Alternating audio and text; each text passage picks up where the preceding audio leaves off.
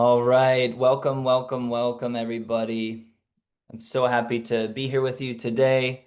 My name is Arthur, and I'm a member of the Emergency Committee for Rojava. We're a grassroots organization based here in the United States, focused on building awareness and support for the revolution in Rojava, northeast Syria.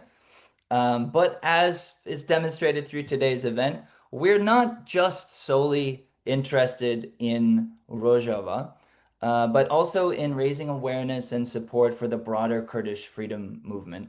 And so the topic of today's event, which we're very excited about, is Rojhelat, or East Kurdistan. That is the part of the historic homeland of the Kurdish people, which today finds itself within the borders of the Iranian nation state.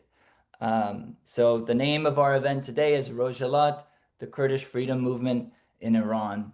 And we're really lucky, first of all, to be joined by an amazing panel of guest speakers, including Dr. Azad Haci Aqayi, Dr. Joanna Bochenska, Nima Ardalan, and Esrin Ghadri.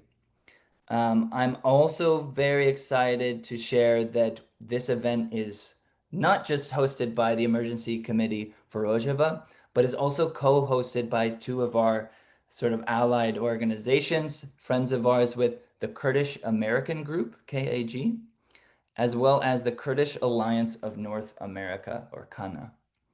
So thank you so much to all of our guest speakers.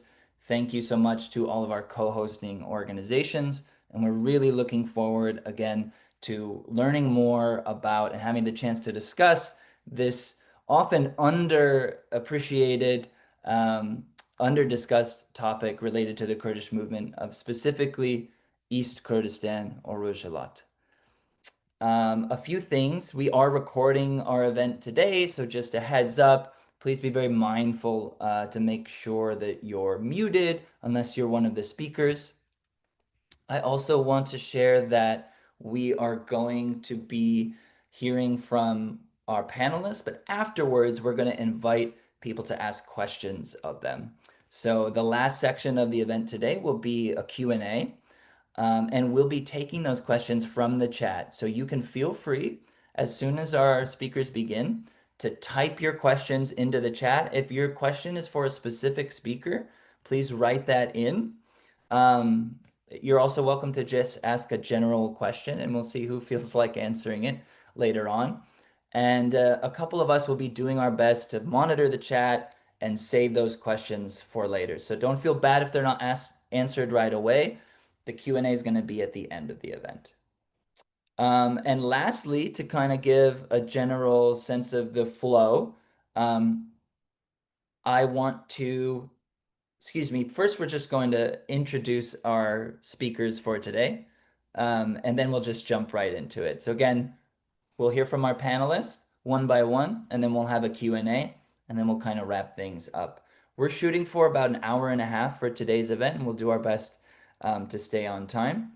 And after the event is over, if you didn't get the chance to attend the whole event, or if you know people who are very interested in this topic but were unavailable today, know that we, the Emergency Committee for Rojava, will be sharing a video of this event up on our YouTube channel very soon. So be sure to keep an eye out for that. So without further ado, I would like to introduce our amazing panel of Kurdish speakers today. First, we have Dr. Azad Haci Aqayi. Dr. Azad is a renowned Kurdish scholar, writer, and political analyst from Eastern Kurdistan, or Rojhilat. He holds a Ph.D. in political science and has taught at several universities in Europe and the Middle East.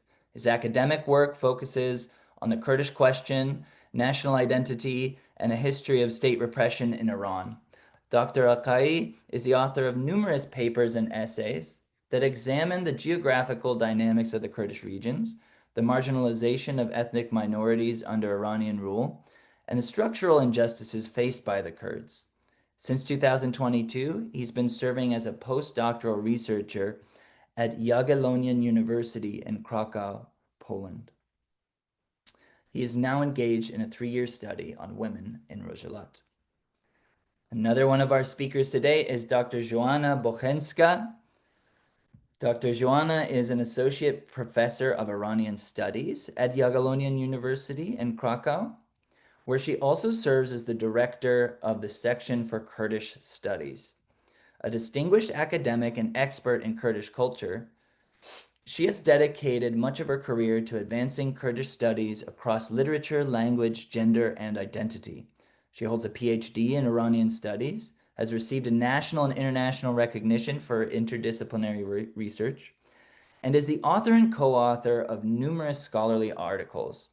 Her academic work explores a broad range of topics, including Kurdish literature, dehumanization and post-colonial theory, language revitalization and cultural resistance, gender roles and feminist heritage, and Yazidism, the role of oral tradition. Another speaker is Nima Ardalan.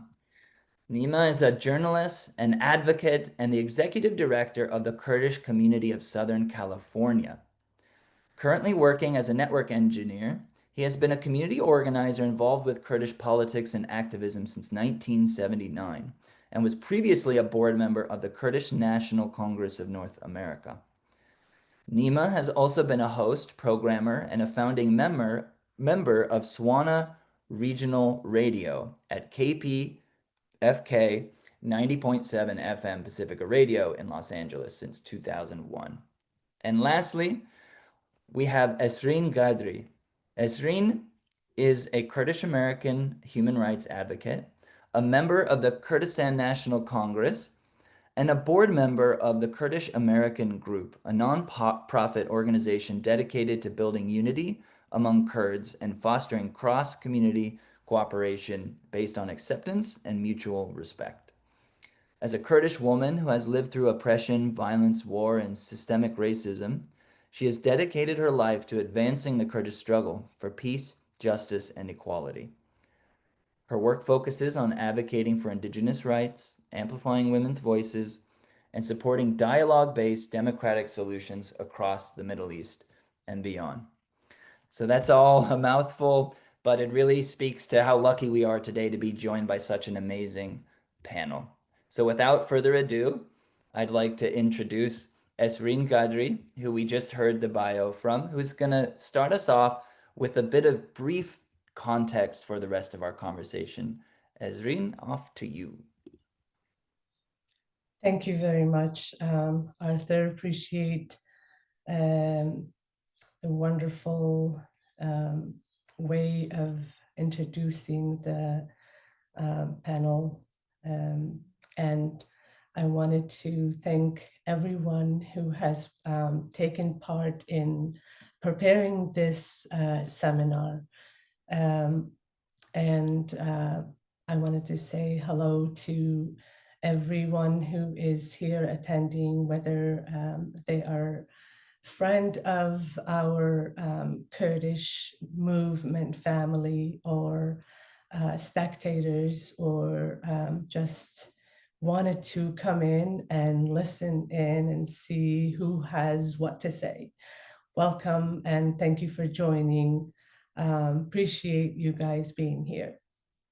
As Arthur mentioned, I am a Kurdish American. Came to the United States in towards the end of 1997, at the time as a Kurdish refugee with my 2 young children and my life partner, who we no longer are together. The reason I wanted to bring myself into this conversation before I talk about where Rojhelat is and what is Rojhelat, I wanted to make sure that for those friends and the ones who are interested in finding out about the Kurdish movement, the Kurdish people, the Kurdish history, kind of see the bigger picture. It is not just about us getting our piece of land back. It is not just about us getting the opportunity to say we are Kurdish. It is about the history that has been stolen from many, many people in the region, not just Kurdish people.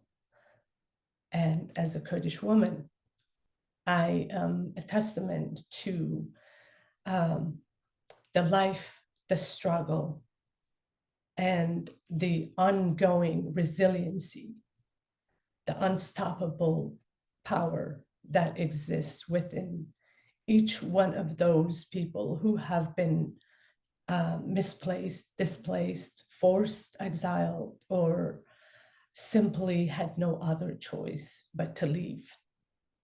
And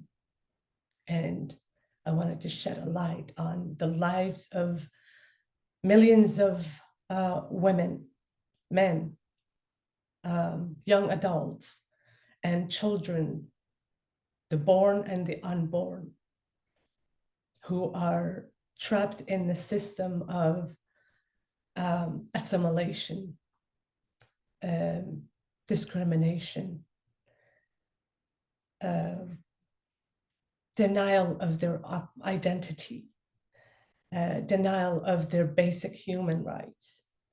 It is not just about land, it is about life, it is about it's about human rights. And as a Kurdish woman, I want to speak up, not just for myself, who came to this country with zero language skills, work skills, life skills, education that would be meaningful to find a job with, to find a career with, to know how to live, how to navigate through life in this country.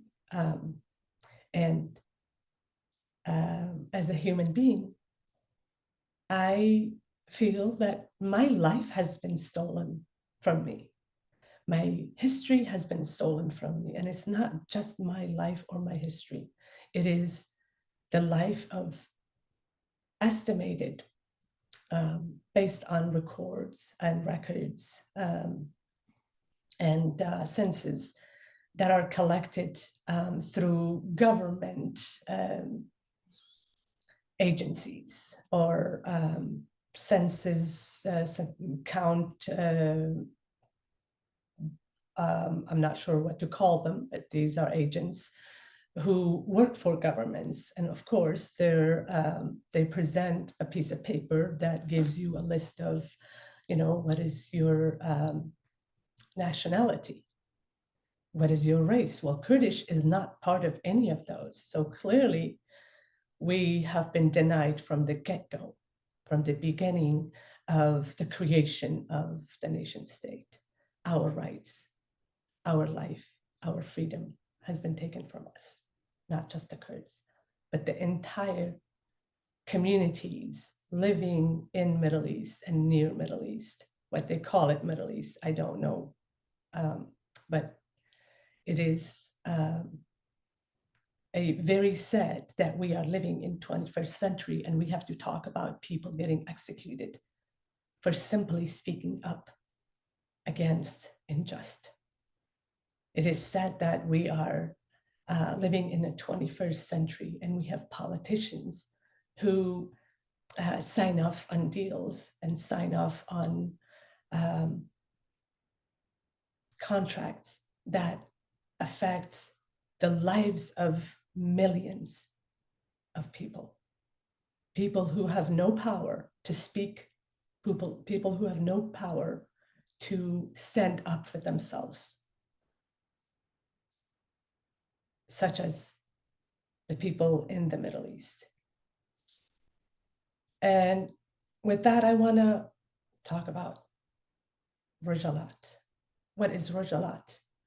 Rojhilat is the Kurdish region of Kurdistan and part of the broader homeland of Kurdistan, the region where Kurdish people have lived for thousands of years, a region that by evidence, archaeological evidence, and independent researchers that consistently identifies the Zagros mountain, the Rojhilat, and the broader homeland of Kurdistan as the center of civilization, the cradle of humanity, where life began.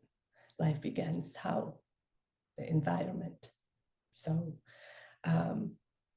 as I mentioned, all archaeological researches, studies, and evidence points to the fact that the people who resides within the Mesopotamia and the mountain ranges of Zagros, the Zagrosians, have lived in those regions for over 75,000 years, which is way longer than the lifespan of any power that has been created in that region, including the local powers, the kings and the dynasties. So for thousands of years, Kurdish people, along with other communities, Baluchis, Azeris, the older generations of the Assyrians, the Yazidis, and the Kasabians, the Arabs, many other communities have coexisted in those regions for thousands of years. And it was just after the fall of the Ottoman Empire, 1901, after the French Revolution and the creation of nation states and borders that were drawn according to the British and the French mandate, which really was the colonial rules for the Middle East. These were nations who had experienced people, educated businessmen who knew how to build and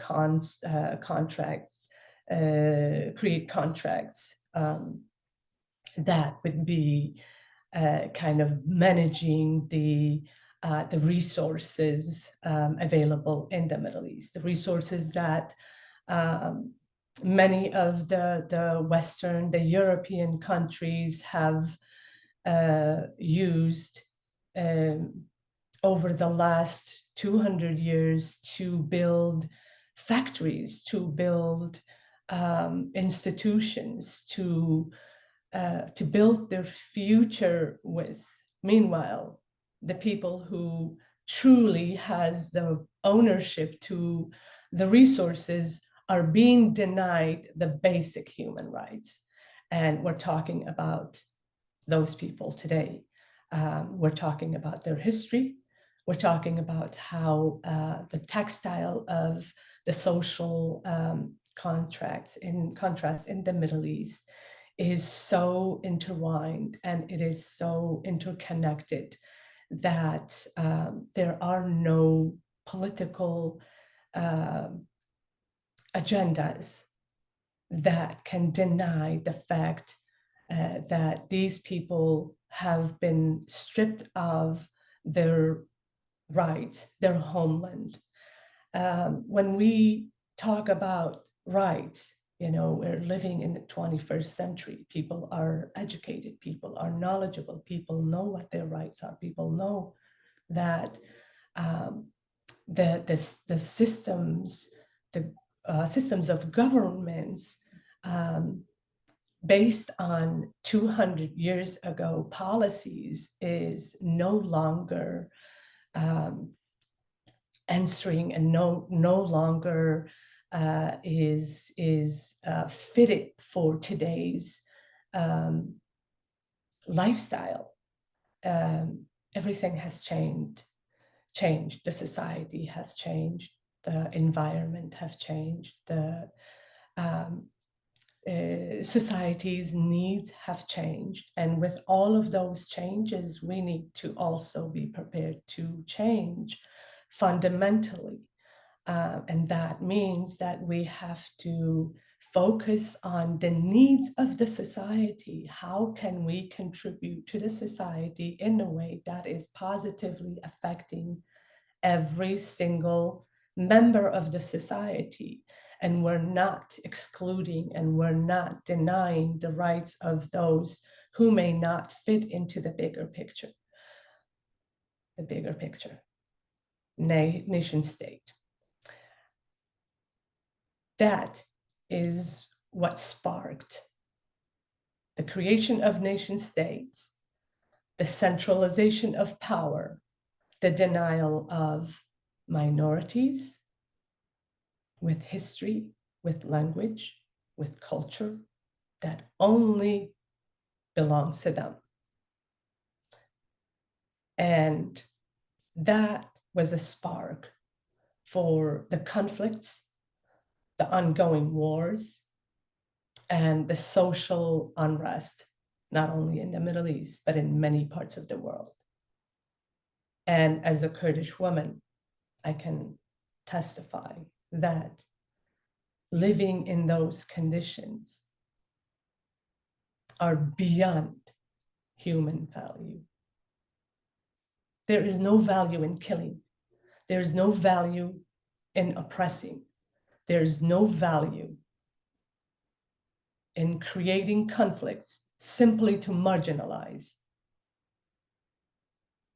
to divide, to deny, for the sake of access to resources.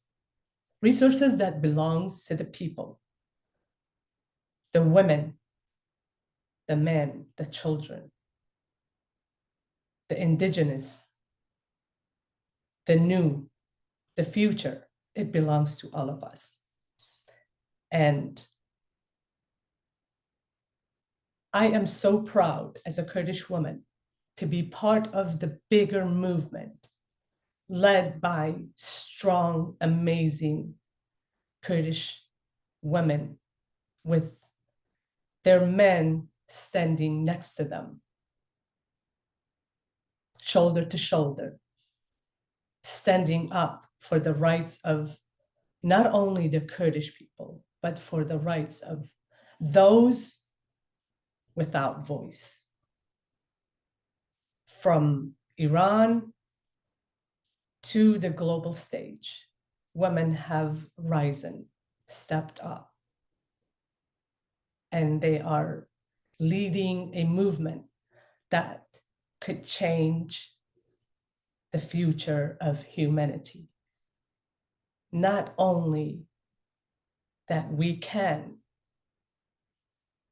we are the future, because we are opening the way for the future generation to know who they are, to know their identity, to know their worth, their value, to understand their role, their responsibility, because with freedom comes great responsibility. And I'm quoting that. With freedom comes great responsibility. And I also quote, there is no freedom when the freedom itself is incarcerated. Women have created a chain started from 2022 after the death of Jina Amini, also known as Mahsa Amini, which is concrete evidence that proves the denial of our identity, that we could not even name our girls Kurdish. Jina means life. You tell me if that name is a threat to the Iranian security. In 2022, Jina Mahsa Amini a young girl visited her family in Tehran, was arrested for showing her hair, for not following the mandatory hijab rules created by a regime that promised fairness, abundance, resources, and comfortable life for everyone. A regime that after 44 years still is trying to manipulate the international politicians, the international community, that what's going on in Iran is simply social unrest, tribal disputes, unruly teenagers, women who are not happy with their life under every excuse, continues oppression against millions of Kurdish people who live in Rojhilat, Eastern Kurdistan, occupied by the Iranian regime. The Iranian regime is part of the global system who continuously and have continuously controlled the regions of Kurdistan, divided between these four countries: Iran, Iraq, Turkey, and Syria, after the fall of the Ottoman Empire. The creation of the state, starting with Turkey, led to the creation of other regional powers: Iraq, Iran, Syria. And the oppression of the Kurds have continued not only under Iran, but under Turkish state, Iraqi state, Syrian state, since their establishment. Nevertheless, the Kurdish people's struggle has not stopped. In fact, with every movement, Kurdish people have triumphed. Maybe not, maybe our victories were small, but every victory is a great victory for a nation of people who have survived hundreds of years of oppression, annihilation, genocide, chemical bombing, buried alive, execution, burned alive.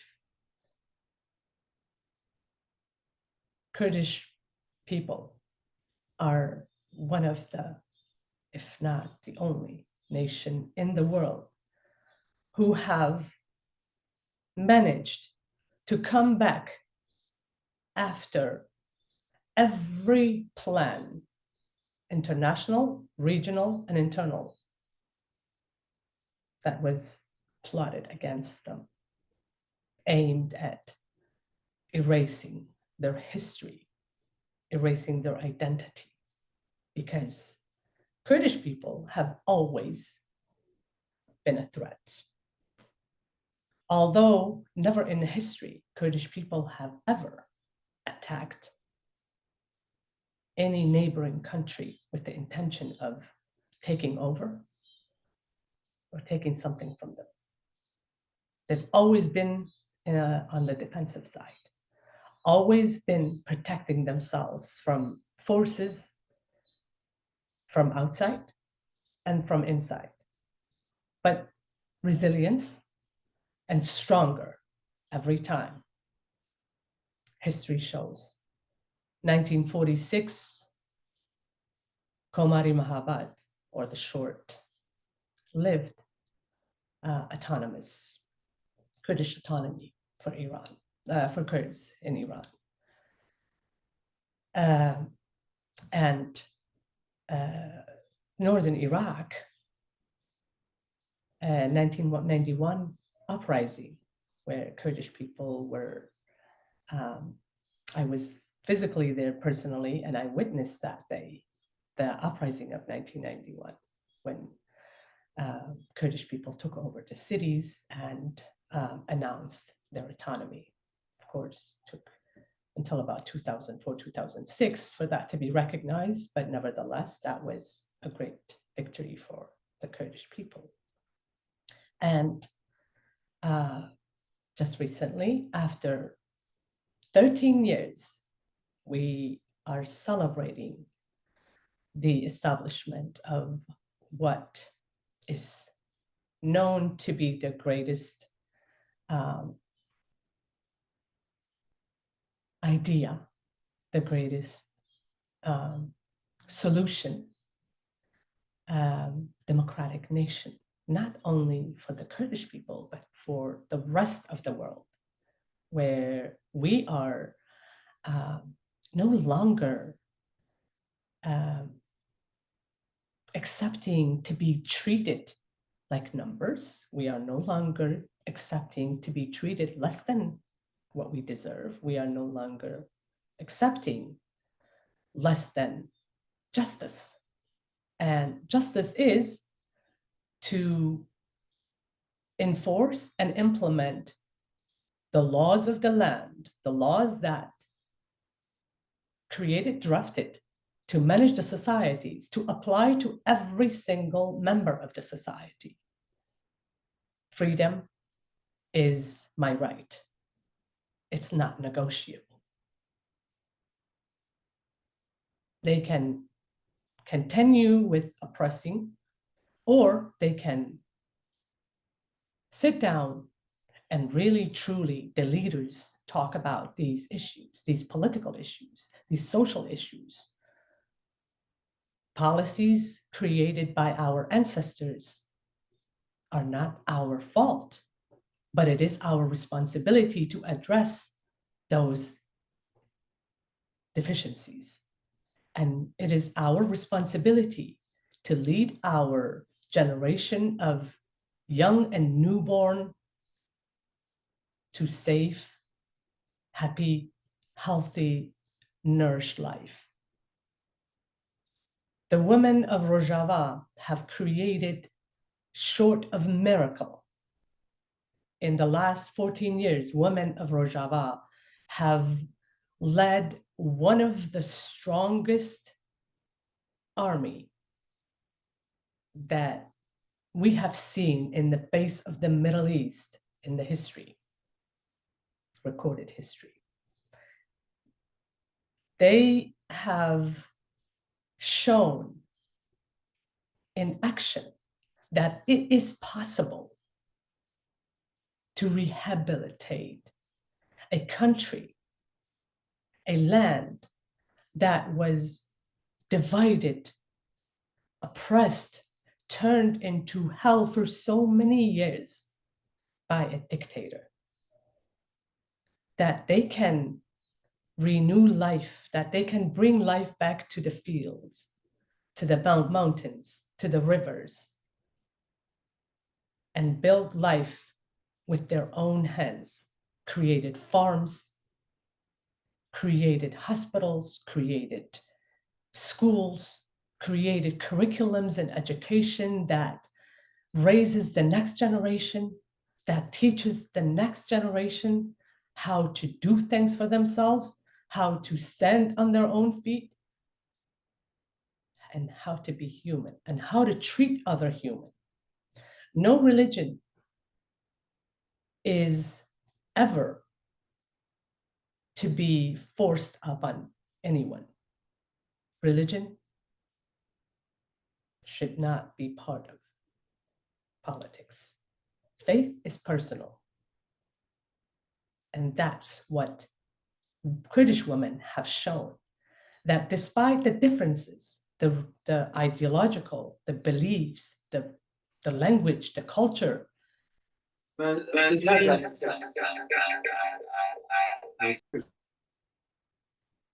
they have managed to create community between the Kurdish and the non-Kurds, the Arabs, the Yazidis, with all different types of backgrounds, knowledge, understanding, age, race, everything. And they have managed to create a unity amongst people who once wanted to kill each other. That is what leadership is. And if our leaders truly take a look and close look into their own policies and look at what we have done in the Middle East, in Rojava, and our women in Rojhilat, our women who are fighting from inside the prison. Wurisha Muradi, Bakhshan Azizi, Zainab Jalalian, Fatma Mohammadi, Sharifa Mohammadi. These are just a few of the Kurdish women activists, human rights, who are awaiting execution in the hands of a regime that continues to violate every human rights, including those mentioned in their own constitution. In their own constitution, they talk about treating minorities, and by minorities meaning the Kurds and those who are not part of the nation states, non-Fars. And this is exactly, what we're talking about here. Without further going into details, I do apologize. I kind of talked too much about these issues, and I'm going to give the floor to my colleague, Arthur. Please go ahead and introduce the next, unless there's a question for me.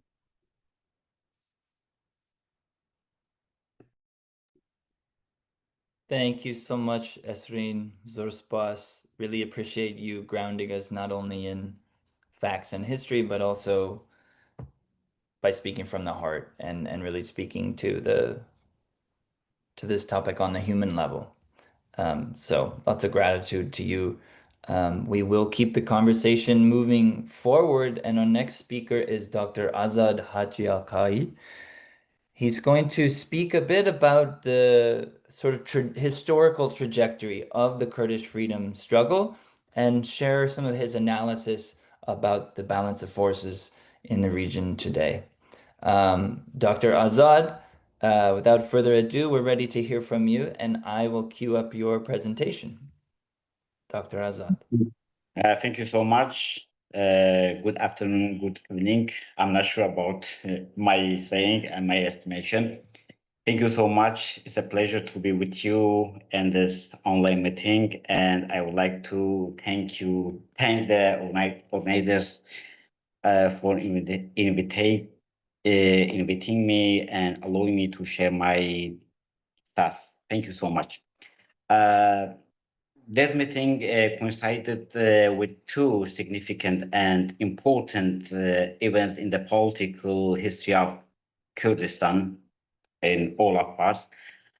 The first one is the establishment of the Kurdistan Democratic Party of Iran 8 years ago, and the second one is the beginning of the armed struggle of Kurdistan Workers' Party's struggle. The second slide. And 50 August. Both events have had profound and lasting impacts and political developments in Iranian Kurdistan or Rojhilat. And I'm imagining that these impacts will continue to shape and reshape of political trajectory of Iranian Kurdistan in the next years. It's my assumption. And today, my reflections stems from a form of political futurism shaped by a kind of argument that I will briefly, I will continue and outline in the few minutes that I have it. I'm jumping the central question. Why has the Kurdish movement in Iranian Kurdistan, despite more than 80 years of political struggle and activism in any kind of activism, political, social, and cultural, till now, not been able to secure a relatively powerful position? Because my colleague Esrin made and provide an great landscape of Iranian Kurdistan's history. I don't like to mention this points, but it's the first question: why the Kurdish parties in Iranian Kurdistan till now didn't achieve stability in articulating in its demands between in kind of formulating Iranishness or Kurdishness identity.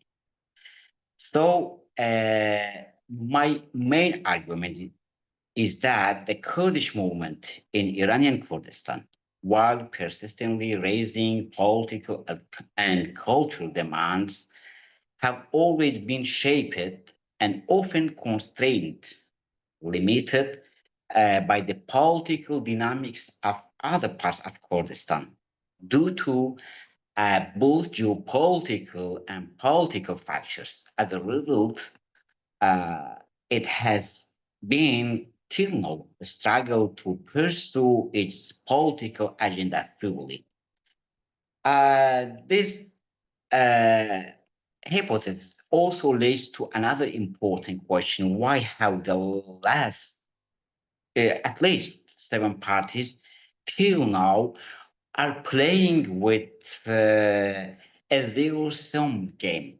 It's so important, especially after the uprising occurred after the days of Gina Amini by the morality police in Iran.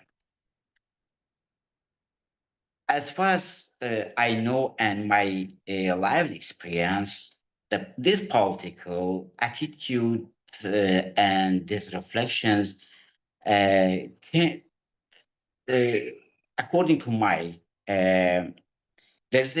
we can draw a historical trajectory of Kurdish politics, and that has also manifested to a certain degree in Iraqi Kurdistan, Bashur, and the similarity between the politics of Iranian and Iraqi Kurdistan, Bashur or Rojhilat.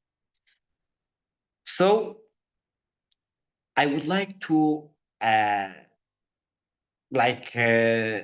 political spectre, I would like to draw a kind of field, agora, or sometimes arena, as the Bourdieu mentions it. According to me, a social action or socio-political actions are saturated with history. Then the Kurdish political field in Rojhilat must be seen in the historical context, shaped not only by the Iranian state policies regarding Kurds, but also by cross-border Kurdish political dynamics. As you know, and as my colleague Esrin mentioned to it, the modern Iranian nation state began with the constitutional revolution and introduced parliamentary policies. But at the beginning of the modern policies in Iran, Kurds enforced to to moving and action, something like displacement, something like genocide. But at least, and that time is like paradoxically move, which is the reaction by Kurds against Iranian political centralized policies. This the Kurds attempts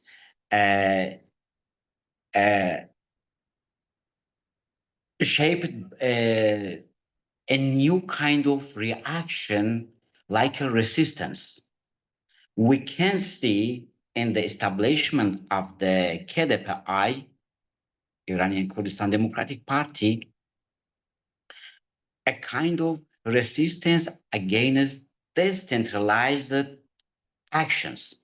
So Kurdish identity and that movement emerged at least in several levels: tribal, regional, and pan-Kurdish ideas.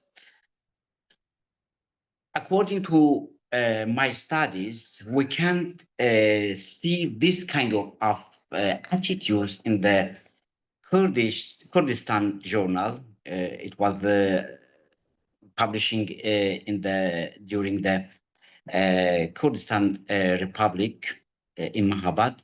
We can see any kind of these attitudes: tribal, regional, and pan-Kurdish attitudes. But it was like something like a paradoxically thinking among the Kurdish national identity and political identity in Iranian Kurdistan. Then a major turning point came with the after the collapse of Mahabad Republic.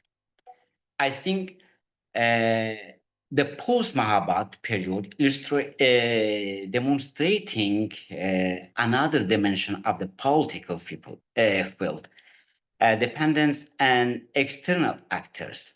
The KDPI, fragmented internally, operated for decades under the shadow of larger regional players. I mean, KDPI, Iraqi Kurdistan. For example, Abdullah Ishaqi Ahmed Tawfiq was banned for the third slide. He was banned for political activities.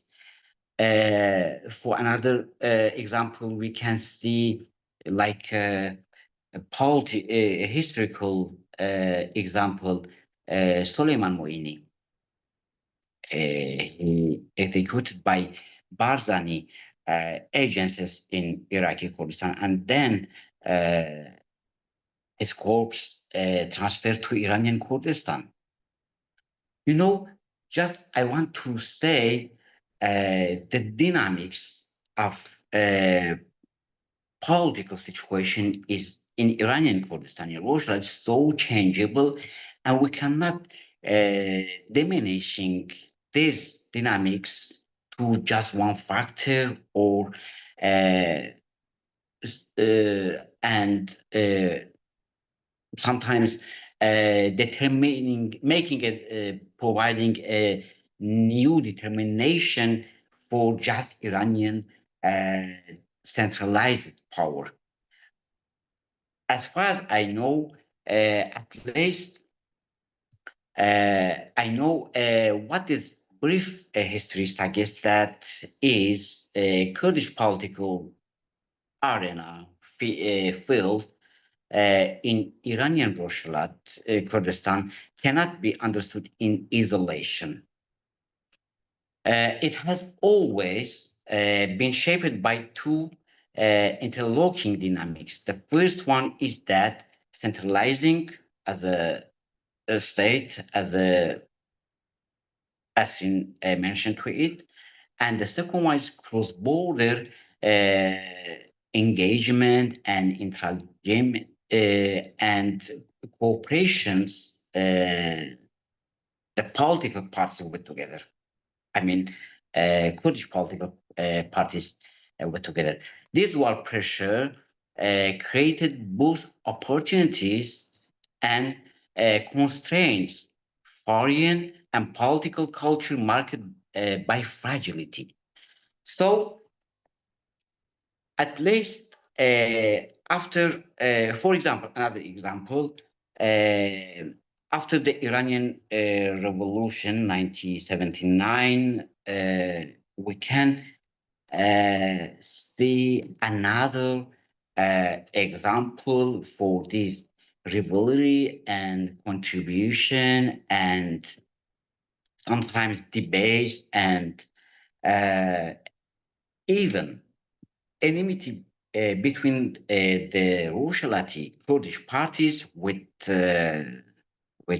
Bashur political parties. For the example, we have many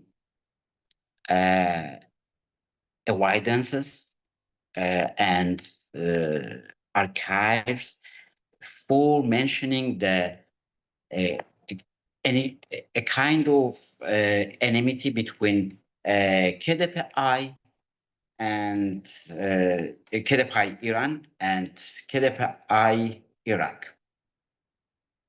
At the same time, we have evidences and archives for contribution and good and perfect relationship between Kurdish political parties in Rojhelat with PUK. I mean, I would like to mention a kind of rivalry between the big brothers. The big brothers, what I mean, the political parties of Bashur, PUK, and PDKI that would like, they want to have a hegemony and the Iranian Kurdistan. This policy still is continuing. So I would like to briefly mention to another my points for making a outcome. After the a kind of disarming or diminishing of armed struggle of Kurdish political parties in Rojava, we see the reformist area in Iranian Kurdistan during the presidency of Mohammad Khatami. The period was coincided with a kind of political opportunities for Kurdish political parties. Sorry, Arthur, I'm listening to you. At this period, the reform area introduced a novel approach to political engagement, especially for Kurds in Iran, not just political parties.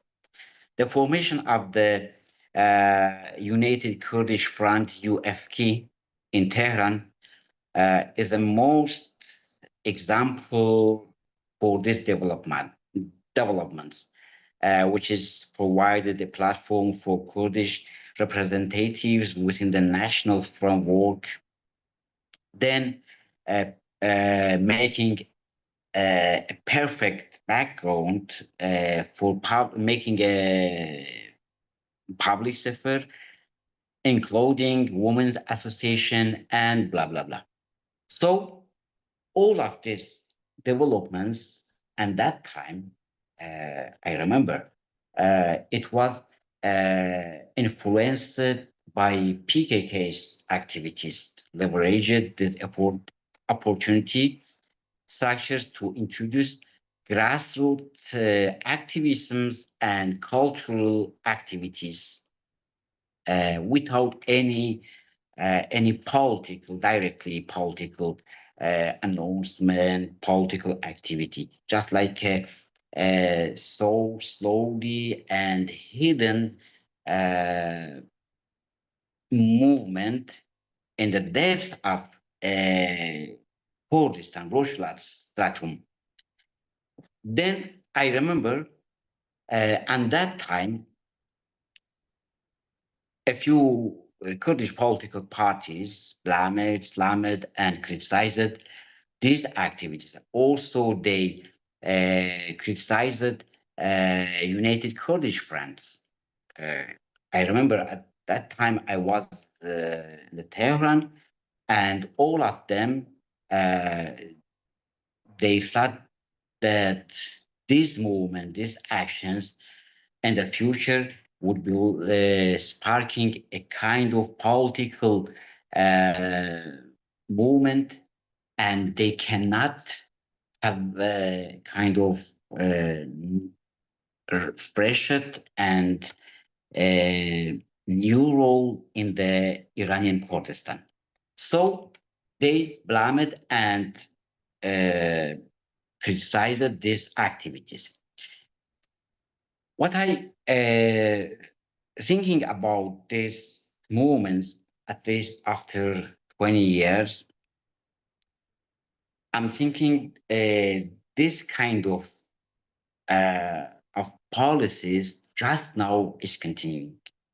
Just now we can see kind of a rivalry and sometimes enmity between the Kurdish political parties.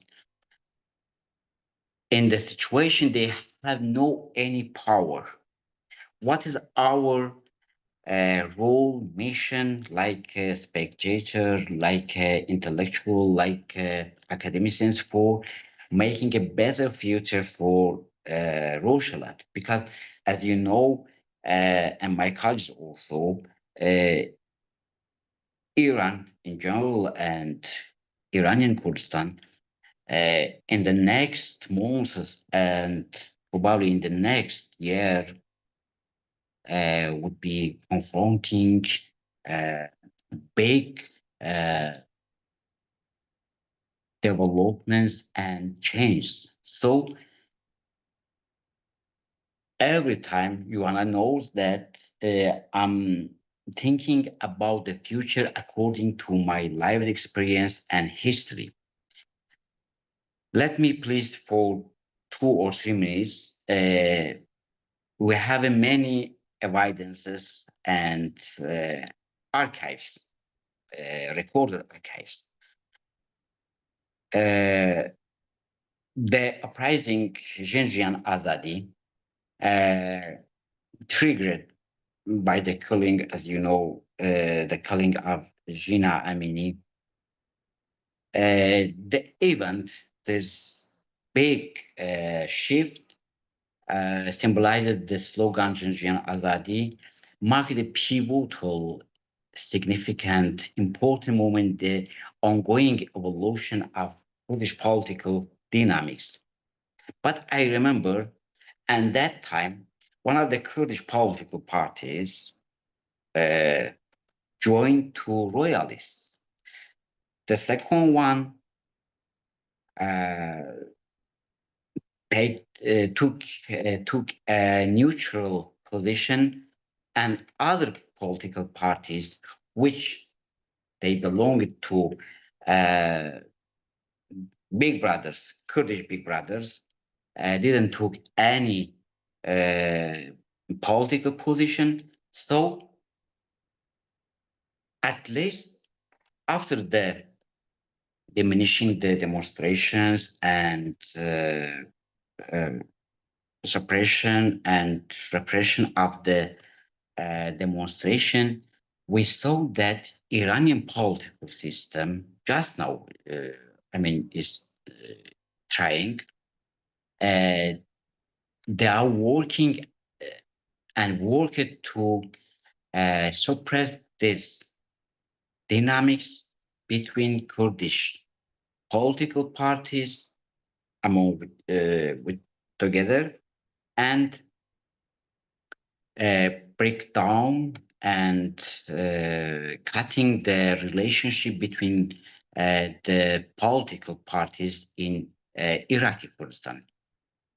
It was the first outcome of the Kurdish political parties in Iranian Kurdistan. So Another point that I would like to mention to it, Iranian geopolitical is so complicated. We have at least two gaps. The first one is the religion gaps between Shia and Sunni Kurdistan. As you know, the West Azerbaijan is the Sunni. The population of the West Azerbaijan are Sunni religion, and the Ilam and Kermanshah have a Shiite religion. It's the first gap. The second one is that there's a kind of fragmentation between the sub-dialects.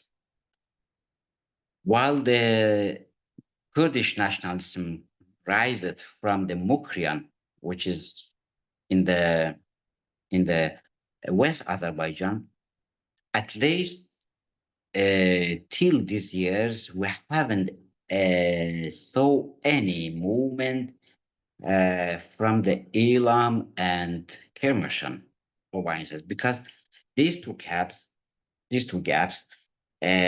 cutting together intersectionally, and these gaps working like barriers, obstacles for uniting the course.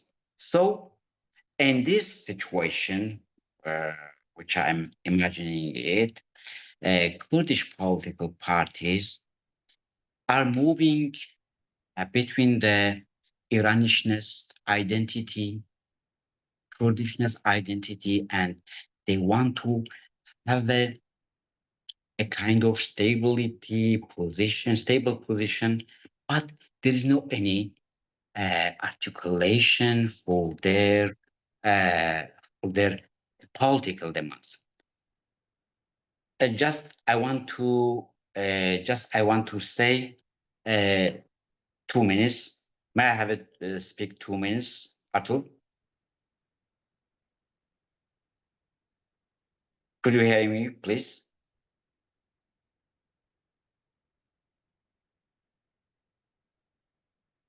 Artur? Dr. Azad, go ahead, please. Yes, it's no problem. Okay. I can unmute while I'm sharing the screen. Okay, I apologize. I want to, like a conclusion, I want to speak 2 or 3 minutes. Is it okay? Yes, of course. Okay. According to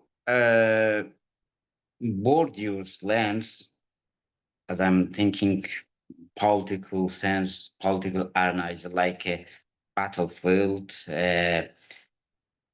I can say that Iranian Kurdistan political field was clearly the lack of unity and competition between various Kurdish groups, because at least we have at least 7 parties, and for body of some parties, they claiming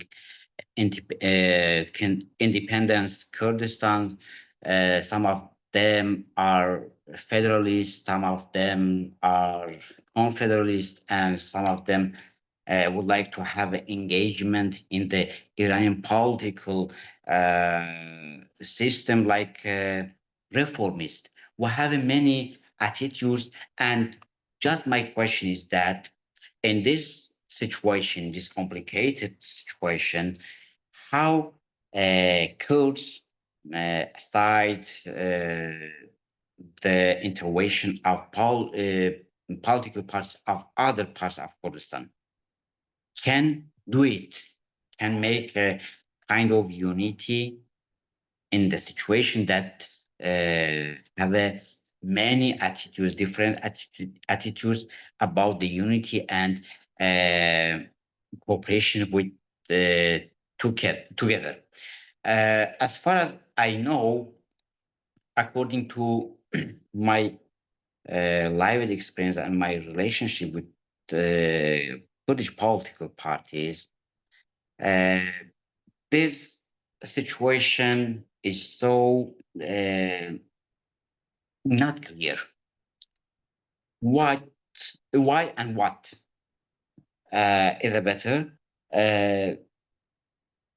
for responding the what and why.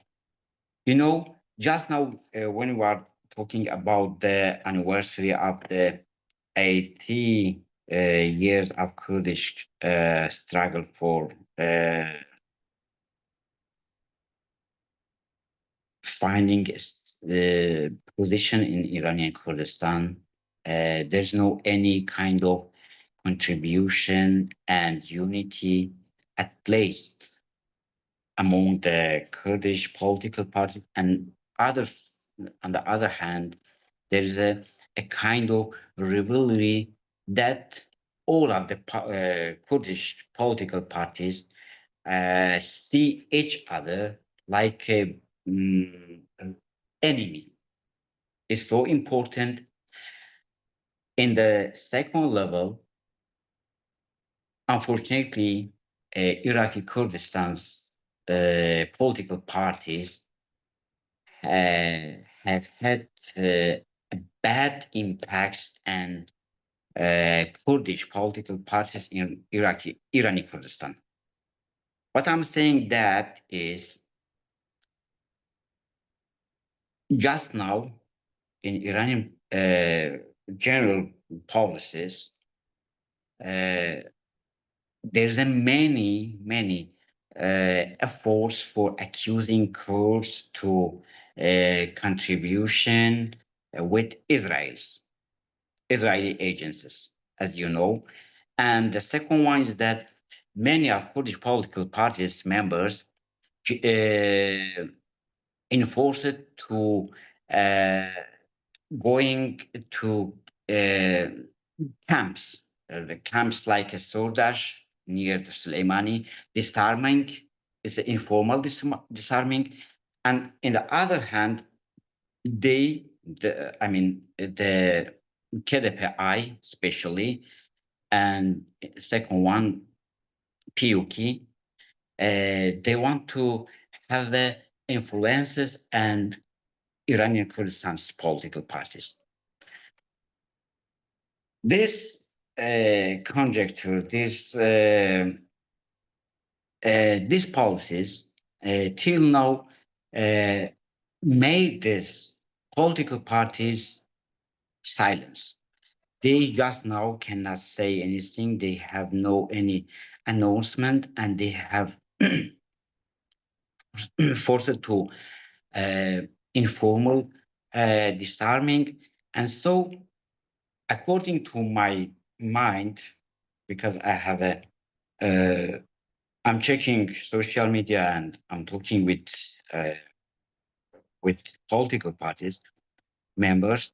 In this moment, after the Xinjiang Azadis uprising, unfortunately, we have a Rojhilat Kurds. We have a bad political position because we are enforced like something like give up and disarming, because the political parts of Iraqi Kurdistan have a hegemony and Iranian Kurdistan Rojhilat parties. So just I want to say one thing. In this moment, I'm speaking like talking like a spectator. In this position, in this moment, there's a job and duty and responsibility of academicians, Kurdish academicians, activists, make a bridge between the political parties for escaping this cycle because this is a circle that have been made for at least 8 years ago, and for escaping this unfortunately this bad circle, this historical circle, we have to break down this opportunity. Thank you so much, and my speaking was so long, so sorry. No need to apologize. Thank you so much, Dr. Azad Zorspas, for your perspective, your analysis. We're all very grateful to have you here today, and your perspective is very helpful for understanding this very complicated history. Because I had many details, and for this, due to this limited time, I could. It was impossible. Yeah.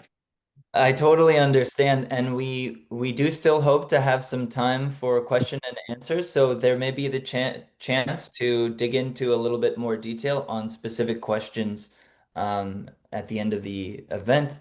But before we do that, we'll go ahead and move forward with our next speaker, which is Dr. Joanna Bochenska. Dr. Joanna, if you're available, we're ready to hear from you. Yes, thank you. Thank you very much for having me, especially Azad and Esrin, and for organizing this panel. I am really honored. I will share my presentation with you. The PowerPoint, is it visible on the screen? Yes? Yes, I can see it. Okay.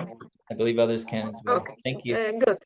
So after your talks, I would like to take you somewhere else with my presentation to the type of activism that is very often overlooked and did not pay enough attention to, I believe. To the small-scale activism and creativity of Kurdish women in Rojhelat. My presentation is entitled Precarity, Creativity and Performed Citizenship in Rojhelat. And it is based on my research I conducted in Rojhelat in July 2022 as part of a project Al-Sidfem. More you can find on our website, Kurdish Studies PL. In the section of publications, we were a big team, including Mamosta Azad, focused on Kurdish women activism in 4 parts of Kurdistan and in the diaspora. And recently also the book, the final result of our project has been published. All our publications are available in open access. And the links are given there on this website, so please feel invited for more details. In my presentation, I'm going to talk about the role of art and creativity in performing citizenship or in struggling for rights of Kurdish women in Rojhelat. What we together framed as citizenship is not simply a status of someone, but rather a kind of practice practice to struggle for one's rights in very different, in plenty of different ways. What I'm going to talk about is art and artists, and how do they engage art not simply to express themselves, but to pose some difficult question, call for change, and how this art serves not as a mean to show something, to express something, but also how it can inspire their everyday activism, and how, in fact, these two spaces of fact and fiction become intertwined, because on one hand, facts and reality can inspire fiction, which we all know when we talk about art or literature, but how it works the other way around, how the fiction or imagination can inspire back our political actions, is a different story, and very often overlooked when we talk about big scale politics. Also, I believe the space and the division of public and private should be challenged or undermined a little bit when we talk about Rojhelat, Iran, and maybe also many other spaces, because as we could see also during the Xinjiang Azadi revolution, what very often what was expressed privately then went viral as a video on through different networks, and this border of private and public was really undermined. And also, as I heard from many artists and activists, this struggle very often starts in the private to be taken further to the public. And it is what is important for women. All these struggles I'm going to talk about, they create new actors. They bring self-confidence to women and make them stand on their feet in a more stable way. It is both through their professional engagement as artists, writers, photographers, painters, but also thanks to being together, thanks to these messages delivered through art and circulation of affect experience that they share together through different networks. And also all these actions, they create new political scenes of actions, spaces that we may not be quickly associating with political engagement, such as bookstores, cafes, or even mosques when it comes to women participation. So let me now go into more details and give you a few more examples. First of all, let's start from defining the aims of Kurdish women movement in Rojhelat and Iran. And as we heard many times with Mamusta Azad, it was very well specified that their aim is getting rights not simply as women, but as Kurdish women. And these two spaces of ethnic identity, gender identity, they were very much intertwined, and the word intersectionality was very often used even within the Sorani, as it was spoken, intersectionality.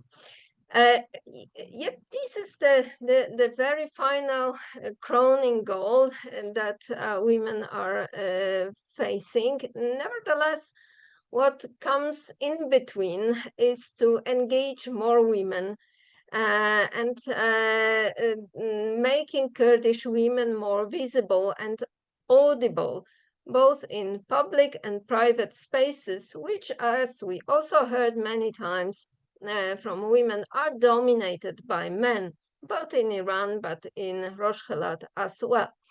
And interestingly, performing art, doing art enables women to enter these spaces dominated by men, because it offers a certain pretext to do that. it tells I'm not just a woman, I'm a woman photographer, painter, writer. I have something important to do and something important to say, and this is why I should be enabled to enter. And this serves as a good pretext for women to encourage themselves to enter some spaces, for example, such traditional spaces as Zurhane, the traditional gym, to enter there and to take pictures there or get some inspiration as writers. But it also encourages this stance. It also, in a way, encourages society to accept them, to make space for them. So art, in general, can serve as a vehicle to invite confidence and courage of women, and also maybe gradually change within the society. And to start with, the very important symbol of such courage and visibility is the statue that you can see on the picture, the statue of Mesture Ardalan, located in Sna, Sanandaj, in Rojhelat. Mesture was a 19th century poet and chronicler and princess, wife of Khosrow Khan, the ruler of Ardalan Emirate, and it became an important symbol for women artists due to many reasons. First of all, as a historical figure, she symbolizes this person that did something interesting in her life and entered the space of 19th century literary reality, very much dominated by men.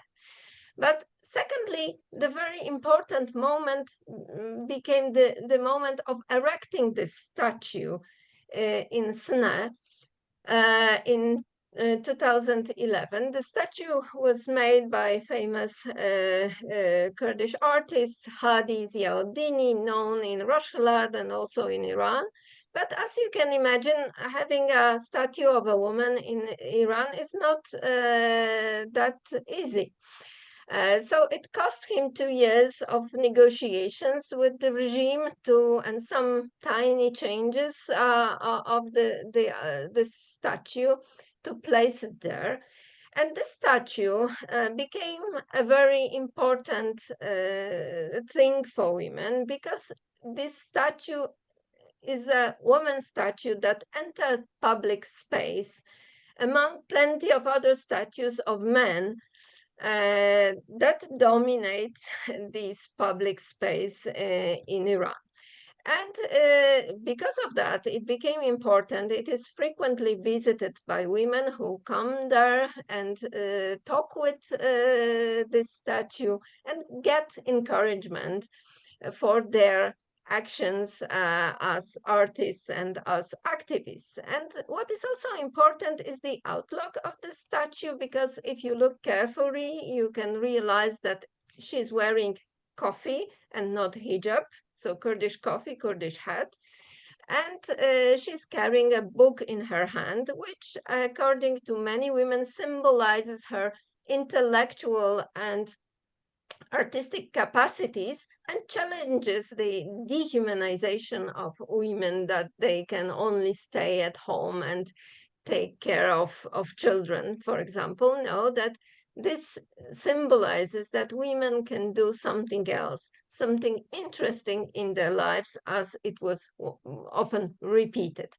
So let me now introduce few examples of some women who do something interesting, try to do, struggle to do something interesting in their lives in Rojhelat through their artistic engagement, and how this artistic engagement affects their everyday activities too. So let's start from Shibin. This name is changed. We invented these pen names together with my dear friends. To protect them. Also, this name I used in our articles. So through her paintings, she tries to share good and bad experience and emotions, and this causes certain circulation of affect. She is able to expose these artworks, not very often, but still is able to. And this, through this sharing of emotions and experience, not only encouragement, but sadness, loneliness, it breaks some silence and allows other people to also see that they are not alone with all these difficult emotions they have. And interestingly, also, she's using some material objects, such as these cigarette butts you can see on the right picture, that she collected after smoking cigarettes in the time of worries and sadness, and later used as an element, artistic element in her paintings. Also, the self-portrait that she's focused on is not simply to express herself, her individuality, but she avoids to paint other women, not to endanger them. So she chose to paint herself, but with the aim to represent women more generally. So it is also interesting how this self-portrait is used here, the idea of self-portrait. And another interesting motive, intertextuality, that can be rooted, that is rooted both in Kurdish culture and in international space of art, in this case in Salvador Dali's famous mustaches, that she uses here as a sign of protest. And for her, Salvador Dali is a very important figure as an artist, but his mustaches, she didn't want to emulate his art, rather she borrowed his famous mustaches. As she says, women can never receive such respect as men with mustaches. If a man is very beautiful, they say to him, "You are very manly, zor piawi." For a woman, they also say zor piawi. But if this woman is better than 100 men, who is she herself? Will this man always be above her? They say to her, "You are more valuable than 100 men." So I created these mustaches for myself. And let me switch into another example from literature. A woman, a writer, author of short stories, Çınar in here, who aims to create literature of women and women voice in Kurdish literature. She's writing in Sorani. She authored mainly short stories, but what is also important is that she wishes not only to represent women, but also to challenge some fixed representation, including self-representation of women, and ask some difficult questions on about this reality of women behind the curtain, for whom these women are making themselves beautiful, what are the style of beauty they choose, and why. So this, we can talk, is a wider context of women representation and challenging some traditional norms also cherished by women. But in case of Çınar, what is also very interesting is that her fiction is really intertwined with reality around her. And her to write literature, she also seeks inspiration around her, and this searching for inspiration makes her into some actions.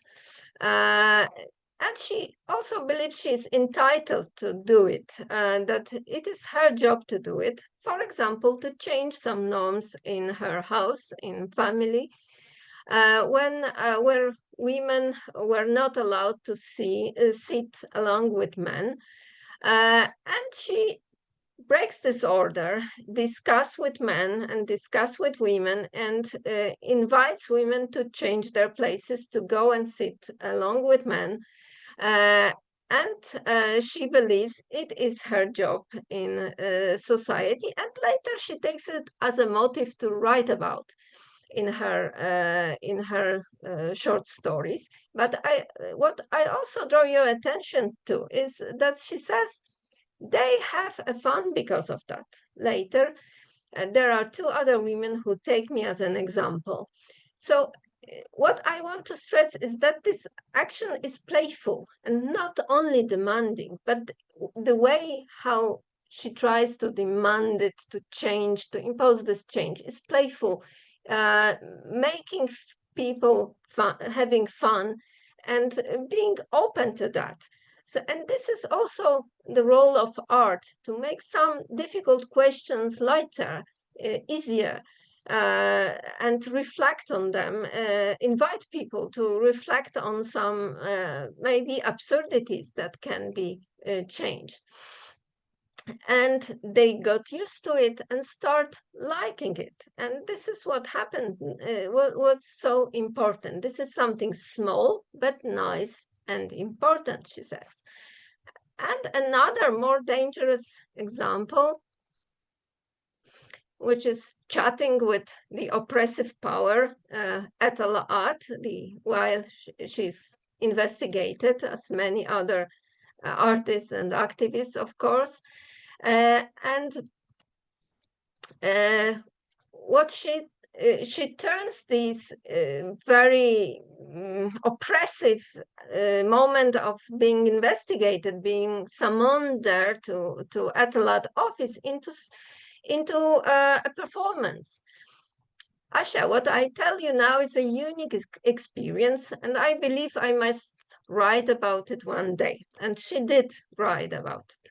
When they summon me, I put the best clothes on myself, make the most careful makeup and hairstyle. I go there looking as if I was going to a wedding or to a party. This is a way of my resistance, which says, you don't want me like this, but I will come to you looking this way. Also, I have a special ring. Maybe I can show it to you. It is a bird in a cage, which is sad and not comfortable. I want them to know they created such a cage for me, and you can see this ring on the picture. And she also asks them some difficult questions and invites dialogue and exchange in a place that is certainly not designed for any dialogue. And finally, let me briefly jump through some spaces, new scenes of actions, creating safe spaces for women, transgender people, where they can come and feel safe, seek information, help, and legal advice. These spaces were, of course, now abused, and many of them, as this bookstore owned by Gina Mondares-Gorgi was closed, and Gina, as we all know, is in prison now. Nevertheless, these were very important. I still believe these spaces may be back again after a while, or they will be created elsewhere by other women.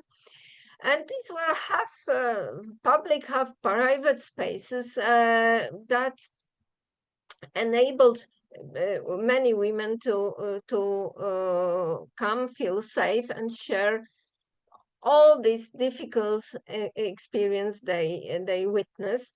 On the left side, the picture of my son sleeping instead of to just show some impression of safety. I didn't want to show you more women from there.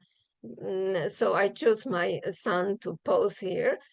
And another example, Cafe Kala in Sne as well, which is a similar place and is known in the same way. But to finish with this other example of a mosque, because these what you could see previously were modern spaces, secular spaces, we could say. But in here we have something else. This is the picture of my friend, the great Kurdish photographer Ibrahim Alipur, taken in one of the mosques in a Kurdish village that was transformed. And on this picture, it does not serve for preaching, but for organizing Kurdish classes led by Susan, a Kurdish woman devoted to teach Kurdish people to write and read in Kurdish. And interestingly, village mosques became one of such spaces. And this picture, I believe, is very symbolic if we realize this is a mosque and we see a woman standing and teaching there and changing this space into something else, something new with her action. So that was all I prepared. Thank you very much. And if you have any questions, I will be happy to answer. Dr. Joanna Bochenska, thank you so much for this amazing presentation. It's really lovely to see all these images of artwork as well while you're speaking to us. We do have one more speaker on our panel, and then we will have a short period for questions as we're getting close to the end of time. So once again, want to encourage people to write questions in the chat. We'll try our best to get to them. We have a couple already. Our next and last speaker is Nima Ardalan, who's going to say some words with us about the experience of displacement and life in the Kurdish diaspora. Nima, if you're ready, we're ready for you. Thank you very much, and Rojbash, and thank you for allowing me to take a few minutes to talk to you. And thanks to Arthur, Esrin, and Sheila, and of course the Rojava committee for arranging this. I'm going to start by quoting Plato. He was asked about most amazing behavior of a human being. He said humans become bored with childhood and rush to grow up, only later to miss their youth, sacrifice their health to earn money, then spend that money trying to regain their health, worry so much about the future that they forget to live in the present, leading to a life lived neither today nor tomorrow. Live as if they will never die, but die as if they have never truly lived. The reason I'm quoting this is that I want to emphasize what our lives, I myself, I'm including myself and assuming there are quite a number of other Kurds of first generations or refugees are among us. And today I received a message from a Kurdish family that needs help. Last week we had another longtime Kurdish resident of Southern California. He's had some issues with his immigration case and needed support. We all come from traumatized backgrounds, more or less certain degrees. I think Esrin talked about that a little bit. People who are crossing the border illegally, but they nowadays with Trump in power, they end up in jail and get deported back to, I don't know, somewhere else.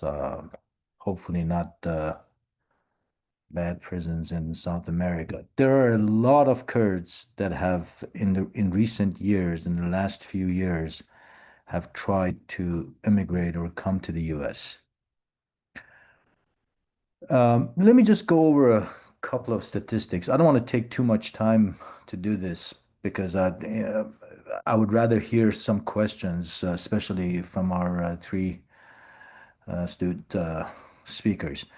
But as far as Kurdish immigration is concerned, early 20th century, majority of the immigrants or Kurdish immigrants were either medical or engineering students that they made their way to the West and a few to the US.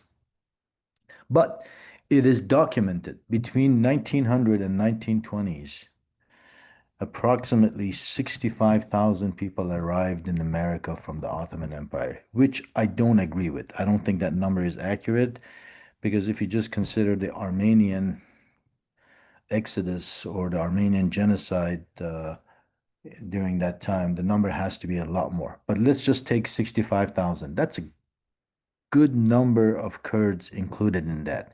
And a lot of them ended up back east working in the industries that were just popping up everywhere. Now, let's jump to the 1960s. There is really no documentation or much to look at from prior to 1960s. In the 1960s, mostly students from all four parts of Kurdistan came here to study. A lot of them stayed. In the 1970s, we saw an increase, particularly from Bashur, from southern Kurdistan. This is after Ashbatal or the breakup of the Barzani and Iran and the Algiers Accord and Saddam Hussein. So U.S. let in a lot of Kurdish families and Peshmergas.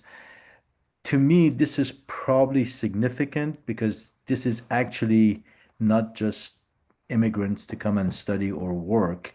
There were families, they're fleeing and coming to live here. In the 1980s, majority were students and political refugees arriving in from after Iran's revolution, the Islamic Revolution, and attacks, the military attacks on the Kurds, and we were fleeing, as well as Turkey's junta had a hand in that. There were a lot of Kurds that fled Turkey. Same with Iraq's Saddam and, of course, the Assad regimes. This really changed the dynamics. Now, if you were a Kurd that came here as with a political background, most likely you actually stated in your immigration papers that you were Kurdish. You probably sought asylum or you were fleeing tyranny. So they did identify, some identified as Kurds, but others identified mostly as Turks and Persians and Iranians. If we all agree there are about 10 to 15% of Iran and 25% of Turkey are Kurdish, just the fact that they're saying that there's about 1 million Iranians and 350 to 500,000 Turkish citizens in the US, that number, if you translate it to even 5% or 10%, 5% of Iranian diaspora or 10% of the Turkish diaspora, that's a huge number. That's about at least 100,000 Kurds. Now, the United States Census, according to a 2000 census, was 9,423. I can actually count 9,423 Kurds just in San Diego. I don't know where that number comes from. I don't know why it's so inaccurate, but it's a joke. One source, another source claims that there's about 15 to 20,000 Kurds, but San Diego and Nashville together, they have more than 20,000. What about Los Angeles? Los Angeles has a huge Kurdish population. Some of them may not actually identify as Kurdish, but once you ask them and you press, they're, oh yeah, my dad was Kurdish or something like that. But the other part of this issue that I'm seeing is that a lot of these Kurds are coming from a background that they were traumatized. Many of the families were thrown in jail in Turkey, for instance, if they crossed the border there. People from Rojhilat that fled to Turkey had a hard time getting into a UN program to migrate, and they spent years and years in camps. Uh, Kurds in general are a welcoming nation, and not an easy task today. There are over 1 million non-Kurdish refugees in the Kurdish lands from Rojava to Rojhilat to Bakur to Bashur. I think because the Kurds have experienced exile, asylum, and being uprooted, um, they're they're more or less more acceptable to, I guess, refugees. Take Rojava, for instance, the Al-Hol camp. I mean, SDF or SDC has housed um, these people without actually, if it was somewhere else, if it was Iran or Turkey, they would have been forcibly removed. Kurds haven't done that. Look at Mahmud in Kurdistan. Uh, Same with Rojhelat.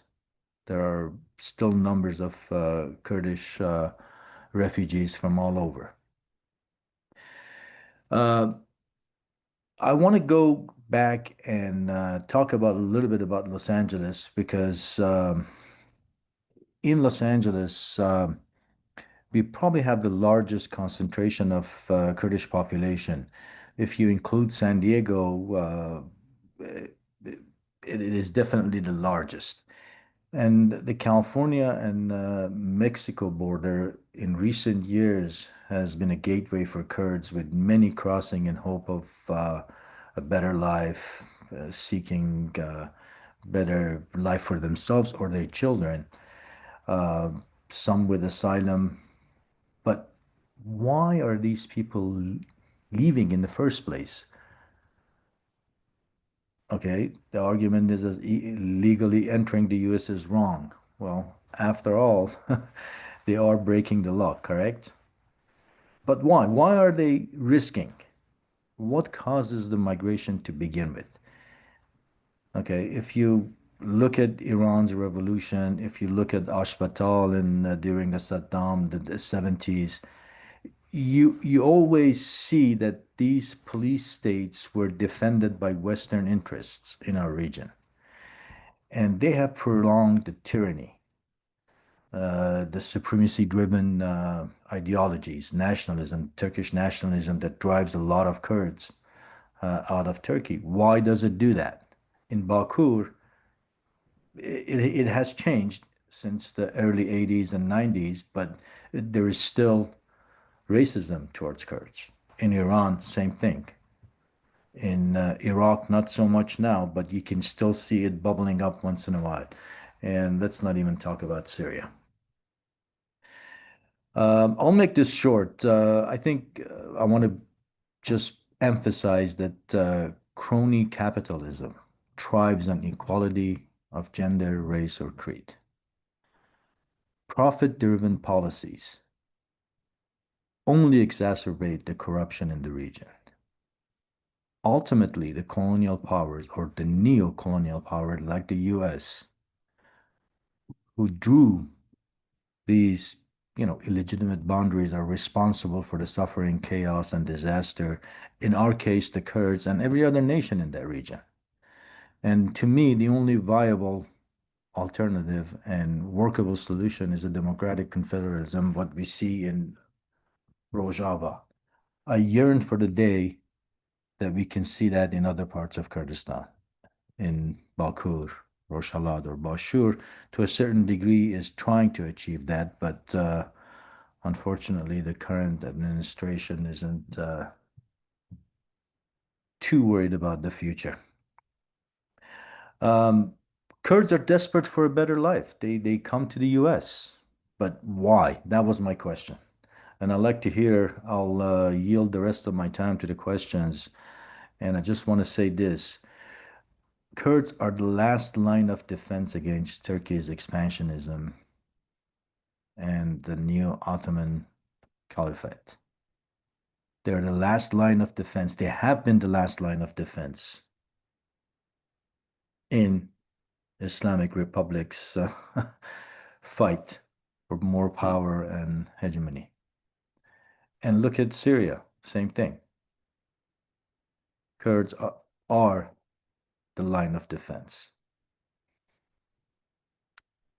And I think if for some reason, I don't want to see it, I don't want to see that day, if the KRG or the SDC fails, I think this would be disastrous. I think the world needs to stand with Kurds. And there are some good news about Rojava, which hopefully we can see in other areas. It looks like SDF or SDC, its popularity is increasing every day, but can they last? And thank you. Thanks for listening to me. I'm going to stop it there because I think it's already kind of late for everybody. Nima, thank you so much for sharing your words. It's really, I think that's a great place to end the panel discussion. And I do want to try to make quick time for just a small handful of questions because we promised we would. I'm really grateful to see that most of our folks have hung on for the whole time, even though we're going a bit late. So much thanks to everybody, Zurspas. For the sake of time as well, I'm going to just directly assign some questions to particular panelists based on the summarizing the questions asked. So maybe we can start with Dr. Azad. Dr. Azad, if you're available. I'll give you two questions which are applicable to your talk the most, and if you can just try to briefly share any thoughts you have on this. The first question is, what are the general attitudes of Kurdish people in Rojhelat towards the various political parties? And the second question is, how has the recent instability and conflict in Iran strengthened, weakened, or otherwise affected the Kurdish movement? Dr. Azad, any thoughts you have on these two questions or either of them is most welcome here. And if you can be as brief as you're able to, with all due respect, we'll make the most of our time. Thank you. Thank you so much for your questions. Just I want to say, talking about this very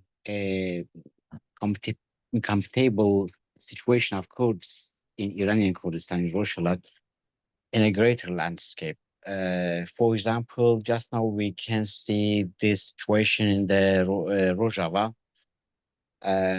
It's the bands and the greater and broader extended landscape rivalries between Israel and Turkey and Iran, like three great powers in the Middle East.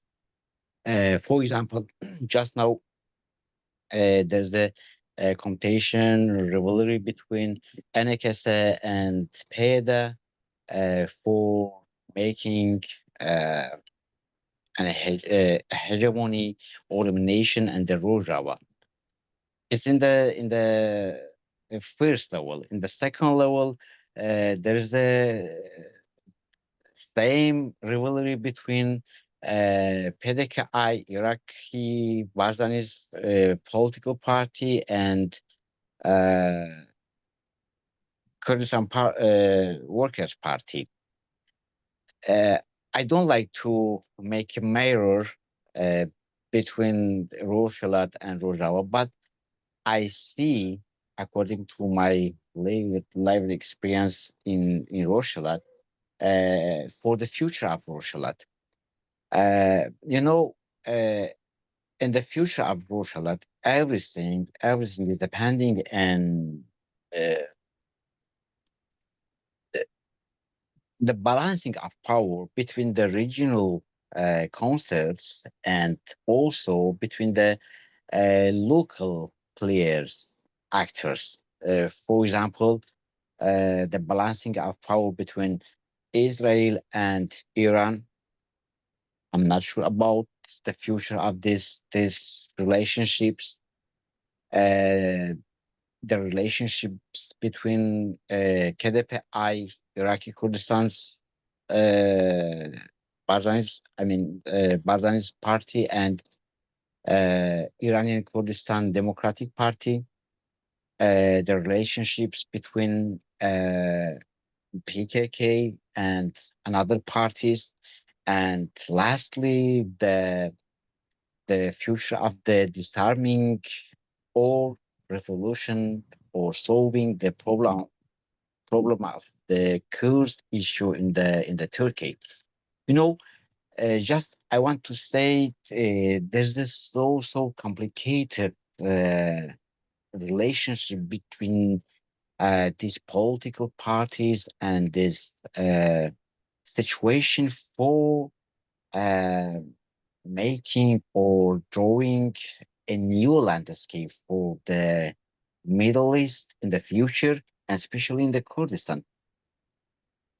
For example, another example, I would like to speaking briefly, uh, the future of the Iranian and Israel's relationship is not clear.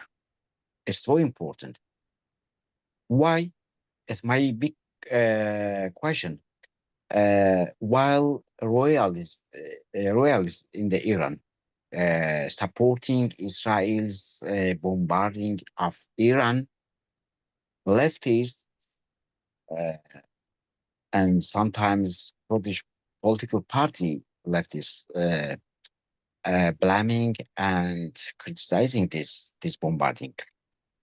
So point for our analyzing. While the some of Kurdish political parties supporting Israel's to providing new opportunity spaces, uh, another Iranis, mostly Persians, criticizing Kurds for supporting Israel. I mean, in these complicated relationships, we have to make a new uh, landscape perspectives for reshaping the future of the Iranian Kurdistan's political position. So, at a conclusion, I think every coalitions in the Iranian Kurdistan in the first level, depending on the balancing of power between the uh, regional powers, and in the second level, depending on Kurdish political parties. At the conclusion, uh, unfortunately, I cannot see a perfect or uh, stable condition for the Rojhelat's political position. Unfortunately, I'm all out.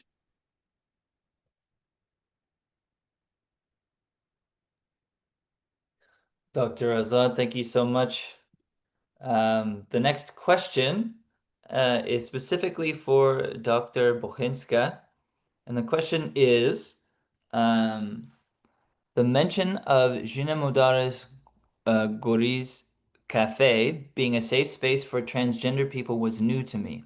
Has this burst of art by Kurdish women included any transgender women we can look into? Dr. Joanna? I included it in that first slide on spaces, safe spaces, but I learned about transgender people not with relation to Gina's bookstore, not cafe, but with relation to Cafe Cal. It was a place when this where space for transgender people were made. But I cannot tell about any example of art by transgender people.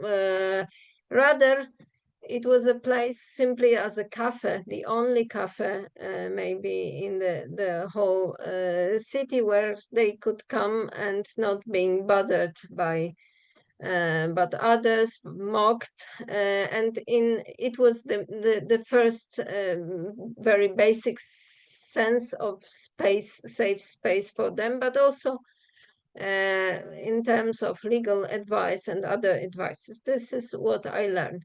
But I cannot exclude that there are some examples of their artwork that I don't know about. And also all these points on the map, we should remember that Cafe Cal and the Gina's bookstore, they are in a way in contact and collaboration. People know about it. This forms a certain map for women and transgender people. So I would also not want to say that it was only Cafe Cal. I think both places were engaged in such cases of people, we can say. Thank you. Thank you so much, Dr. Bochenska. We have one more question, and then we will finish our event for the day. And the question is, what is the most useful thing people in the US can do to support Kurdish women and other Kurdish people? First, I'll call on Haval Esrin, and Haval Nima, if you have any additional thoughts, please feel free to share before we close for the day. Esrin? Thank you. Thank you. How can anyone get involved in supporting a movement that addresses so many issues that is related to every single member of the society? First is to reach out to any Kurdish community within your city, state, wherever you are. If you would provide us your name, email address, we'd be more than happy to share some information with you. But that would be the first thing to do. Then if you are not by, let's say there are no Kurdish cultural centers, there are no community centers near you, you can go online and search Kurdish American Group.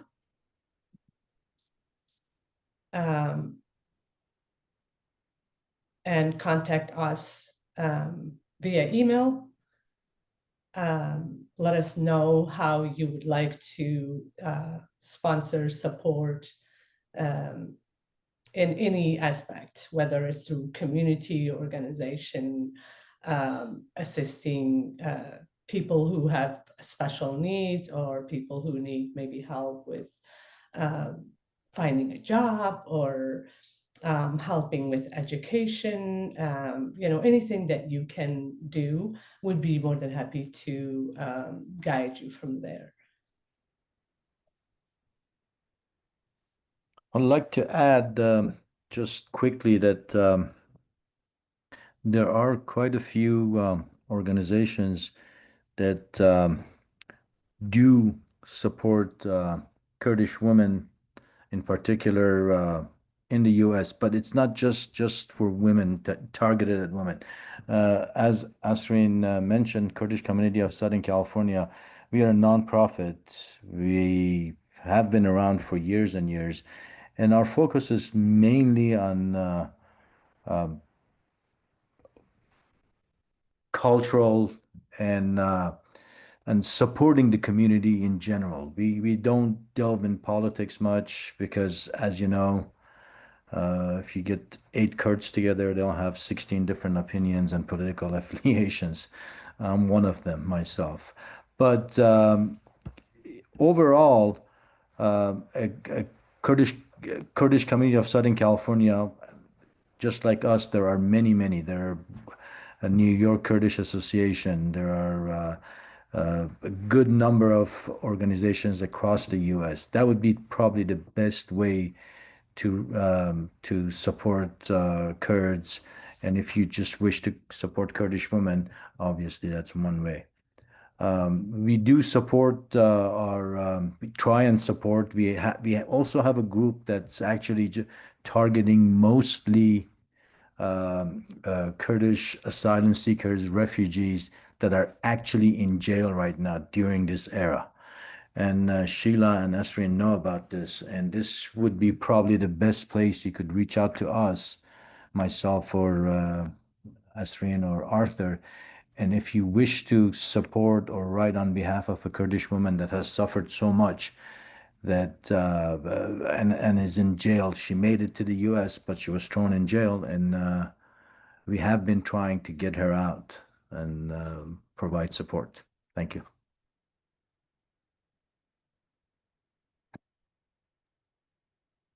Thank you so much. And just to add before we wrap up, extra want to encourage people, yes, of course, to find and support your local Kurdish associations here in the United States. Even there are a number of them distributed around the country. Here in Washington State, there's a newly formed or kind of newly revived Kurdish association called KAWA, Kurdish Association of Washington. And there are many others which are much more well established in California, in Chicago, on the East Coast, etc.